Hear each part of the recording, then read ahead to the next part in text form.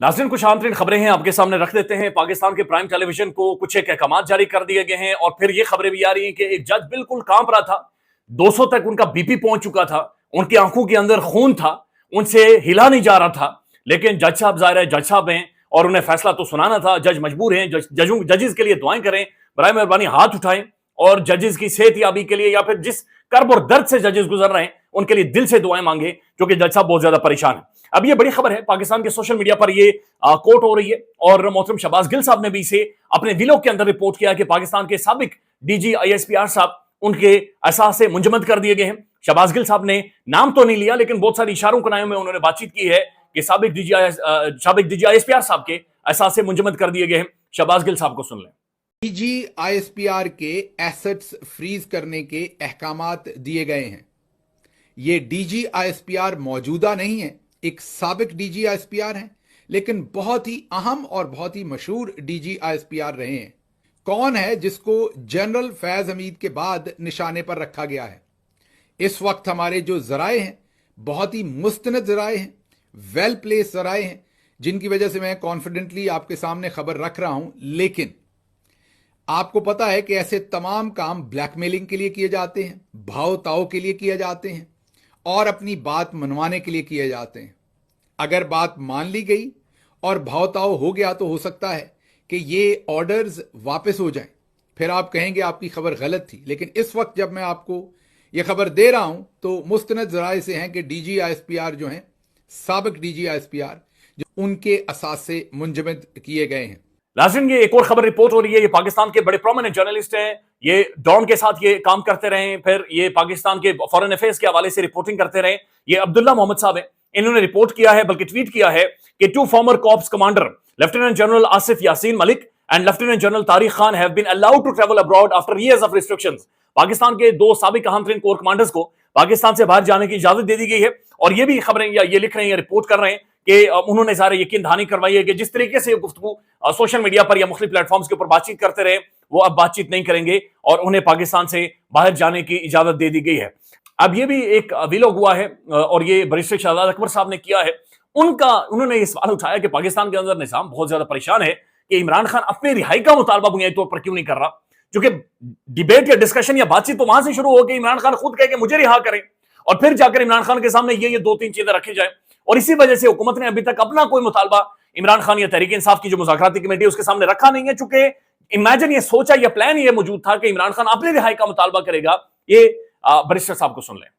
तो जो मुज़ाकराती अमल है वो इन केसेस के ऊपर नहीं है, इमरान खान की रिहाई के ऊपर नहीं है। मुज़ाकराती अमल जो है उसके ऊपर इमरान खान का जो उनको एक एजेंडा दिया गया है या जो उनको शर्तें दी गई हैं, वो शर्तें बड़ी सिंपल सी हैं। सियासी कैदियों की रिहाई, जिसमें डॉक्टर यास्मीन राशिद चौधरी, एजाज चौधरी साहब, महमूद रशीद और दीगर हमारे जो सियासी कैदी हैं, उनकी रिहाई। और दूसरी शर्त है 26 नवंबर और 9 मई के वाकयात की आज़ादाना जुडिशल तहकीकात। इसमें कहीं किसी केस का फैसला और कोई चीज़ नहीं है। लेकिन चूंकि इस्टेब्लिशमेंट ये चाहती है कि इन मुतालबात के साथ नथी किया जाए 2 चीज़ों को। एक तो ये कि इमरान खान साहब कोई ना कोई रिलीफ लें, क्योंकि उनको ये शक है कि अगर इमरान खान रिलीफ लिए बगैर हमारे साथ बातचीत कर रहा है तो इसका फिर ये कोई मतलब हमारी समझ में नहीं आ रहा। और दूसरा ये है कि वो सोशल मीडिया या इमरान खान के जो बयान है उनको बंद करना चाहते हैं। दोनों चीज़ों के ऊपर इमरान खान राजी नहीं है। कल भी आप देखिए कि बड़े सस्पिशियस अंदाज में संडे को मैनुअल के मुताबिक नहीं मुलाकात हो सकती। नाज़रीन, नजम सेठी साहब से एक सवाल हुआ है और सवाल यह हुआ कि इमरान खान साहब के बयानिए का काउंटर क्या है। इमरान खान का जो नैरेटिव है और वो नैरेटिव दिलेरी और बहादुरी और रूल ऑफ लॉ और डेमोक्रेसी और कानून के साथ खड़े होने का है। इस नैरेटिव का काउंटर क्या है, इमरान खान को कैसे काउंटर किया जा सकता है? नजम सेठी साहब का इसके ऊपर बड़ा दिलचस्प जवाब है, वो सुन लें। वो सारी लगी हुई है इसको काउंटर ढूंढने के लिए, सारी गवर्नमेंट लगी हुई है काउंटर ढूंढने के लिए, उनको समझ नहीं आ रही है काउंटर कहां से, और आप मुझे कह रहे हैं यहां बैठ के मैं आपको काउंटर बता दूं।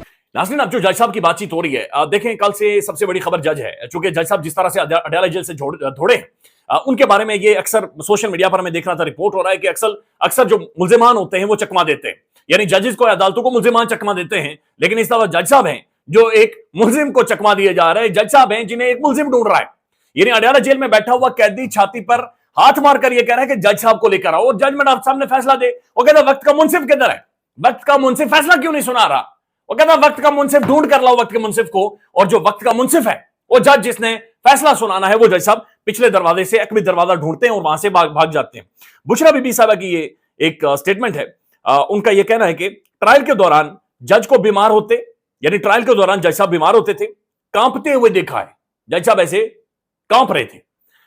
ایک جج صاحب کا بلڈ پریشر 200 پر گیا, یعنی 200 پر جا کر دماغ کی شریانیں پھٹ جاتی ہیں. 200 پر جانے کا مطلب یہ ہے کہ آپ کی آنکھوں کے سامنے اندھیرا چھا جاتا ہے اور آپ کو عدالت کے اندر کوئی نظر ہی نہیں آتا. 200 بی پی پہنچ جائے تو یعنی آپ سامنے دیکھتے ہیں لیکن آپ کو اندھیرا نظر آتا, آپ کو کالی گفا نظر آتی, انسان آپ کو نہیں نظر آتے. وہ کہتے ہیں کہ جناب جج صاحب کا بلڈ پریشر 200 پر ہو گیا, لیکن انہوں نے ہمیں سزا سنانا تھی, وہ سزا سنائی ہے. بشرا بی بی کا جج طاہر عباس صاحب سے یہ مکالمہ ہوا ہے, تو اندازہ لگائیں کہ جج صاحب نے 200 بلڈ پریشر گیا ہوا اور پھر جا کر فیصلہ سنایا. اور کل اپنے ویلوگ کے اندر محترم صدیق جان صاحب نے اسے رپورٹ کیا اور وہ کہتے ہیں کہ جج صاحب بیمار ہو گئے اور جج صاحب نے کہا کہ میں اٹھنے کے قابل نہیں ہوں. تو نظام نے جا کے جج صاحب کو کہا کہ اگر ہمیں آپ کو 4 کندھوں پر اٹھا کر عدالت میں لے جانا پڑا, ہم آپ کو 4 کندھوں پر اٹھا کر لے کر جائیں گے.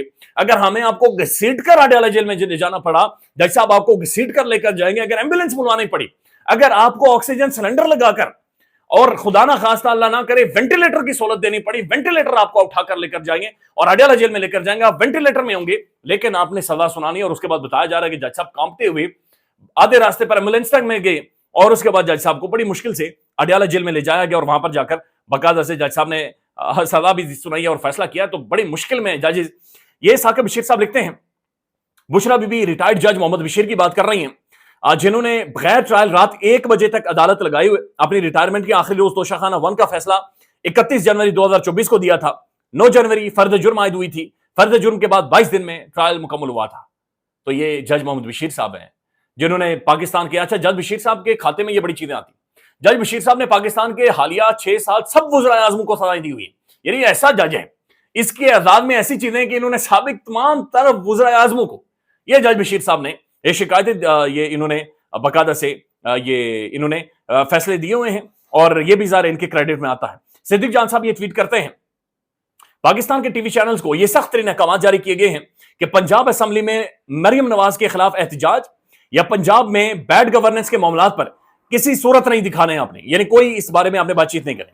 سوشل میڈیا بھی پنجاب کی بیڈ گورننس اور پنجاب اسمبلی کے احتجاج کو نظر انداز کر رہا ہے.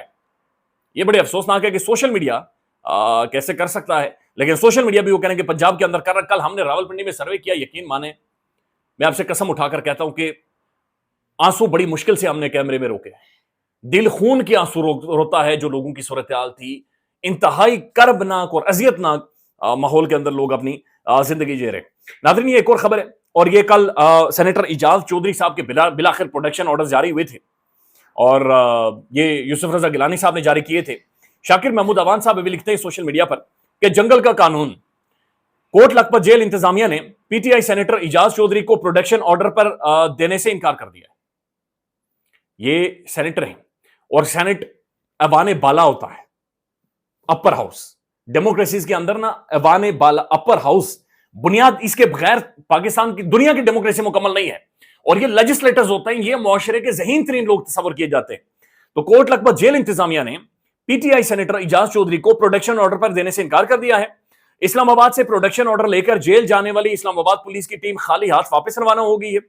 چیئرمین سینٹ کی منظوری کے بعد گزشتہ روز اپوزیشن لیڈر شبلی فراز کی درخواست پر پروڈکشن آرڈر جاری ہوئے تھے.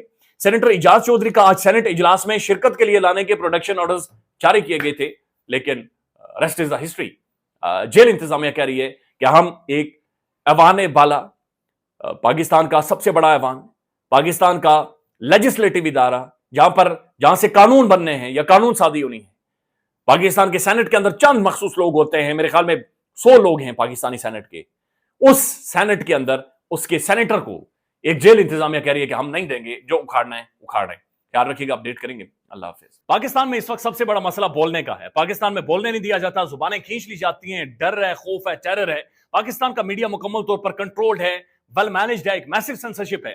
اسی طرح کا دباؤ پاکستان میں سیاست.pk بھی فیس کر رہا ہے, جسے پاکستان بھر میں گزشتہ کئی مہینوں سے ماورائے آئین ماورائے قوانین مکمل طور پر بند کر دیا گیا ہے, مکمل طور پر بین کر دیا گیا ہے. سیاست.pk کی نشریات کو لمیٹڈ کر کے پاکستان میں چھوڑ دیا گیا ہے. تمام تر قانونی محاذ کے اوپر آواز اٹھائی گئی, دستک دی گئی, لیکن ہر طرف سے خاموشی ہے, سناٹا ہے, کہیں پر کوئی سنوائی نہیں ہے, کوئی سننے کو تیار نہیں ہے. لیکن اس کا حل کیا ہے؟ کیا خاموش ہو جائیں؟ کیا سوال نہ کریں؟ کیا معلومات آپ تک نہ پہنچائیں؟ کیا انفارمیشن آپ تک نہ پہنچائیں؟ معلومات بھی پہنچے گی, انفارمیشن بھی پہنچے گی, سوالات بھی اٹھیں گے, لیکن اب آپ نے رول پلے کرنا ہے, آپ نے اپنا کردار ادا کرنا ہے. اور چھوٹا سا ایک پروسیجر ہے, پروسیس ہے, اس کے بعد آپ اپنا کردار ادا کریں اور ہماری مدد کریں. पहले आपने ये करना है कि हमारे YouTube चैनल को सब्सक्राइब करना है, उसके बाद ज्वाइन के बटन के ऊपर जाना है, क्लिक करके हमारा मेंबर बनना है। या फिर दूसरा ऑप्शन ये है कि आपने वीडियो की डिस्क्रिप्शन में जाना है, वहां पर पैट्रियन का लिंक मौजूद होगा, उस लिंक के ऊपर क्लिक करें और हमें सपोर्ट करें, हमारा हिस्सा बने, हमारी ताकत बने। ख्याल रखिएगा। अल्लाह हाफिज।